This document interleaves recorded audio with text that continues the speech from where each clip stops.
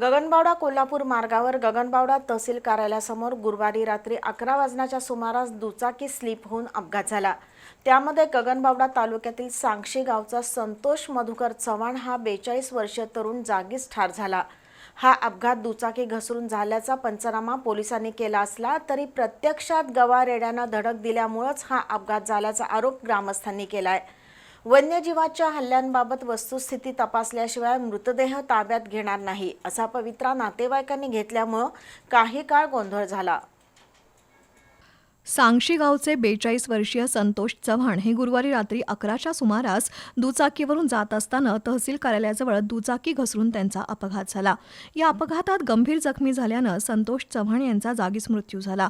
घटनेची माहिती मिळताच गगनबावडा पोलिसांनी तातडीनं घटनास्थळी धाव घेऊन पंचनामा केला आणि मृतदेह उत्तरीय तपासणीसाठी गगनबावडा ग्रामीण रुग्णालयात पाठवला।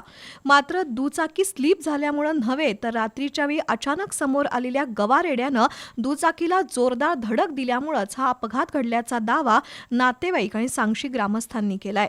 वन विभागानं तसा पंचनामा केल्याशिवाय मृतदेह ताब्यात घेणार नाही अशी भूमिका ग्रामस्थांनी घेतली।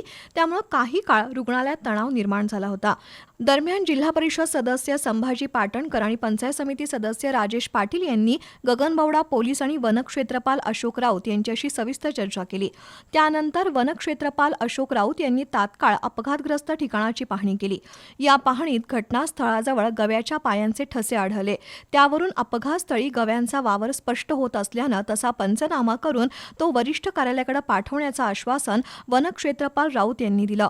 वन विभागाच्या आश्वासनानंतर नातेवाईकांनी दुपारी मृतदेह ताब्यात घेतला।